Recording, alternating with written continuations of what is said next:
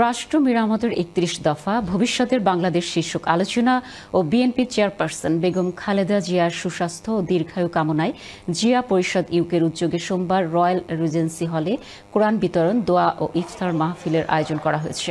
এতে প্রধান অতিথি ছিলেন বিএনপির স্থায়ী কমিটির অন্যতম সদস্য AZM জাহিদ হোসেন। প্রধান বক্তা ছিলেন যুক্তরাজ্য বিএনপির সভাপতি M A মালিক। বিশেষ বক্তা ছিলেন সংগঠনের সাধারণ সম্পাদক মঞ্জুর হাসান পল্টু। সংগঠনের সভাপতি প্রফেসর ডক্টর সাইফুল আলম চৌধুরী সভাপতিত্বে এবং জিয়া পরিষদ সর্ব ইউরোপীয় সমন্বয়ক কায়সার মাহমুদ ও জিয়া পরিষদ ইউকে সাংগঠনিক সম্পাদক আহসান উদ্দিন মানিক হায়ের যৌথ পরিচালনায় অনুষ্ঠানে বক্তারা বলেন, দেশকে অস্থিতিশীল অবস্থা হতে স্থিতিশীল অবস্থায় ফিরিয়ে আনতে যোগ্য ব্যক্তিদের সাথে নিয়ে শহীদ প্রেসিডেন্ট জিয়াউর রহমান গড়ে তোলেন বিএনপি। সবশেষে বেগম খালেদা জিয়ার আশু রোগ মুক্তি, ভারপ্রাপ্ত চেয়ারম্যান তারেক রহমানের দীর্ঘায়ু কামনা করে দোয়া করা হয়।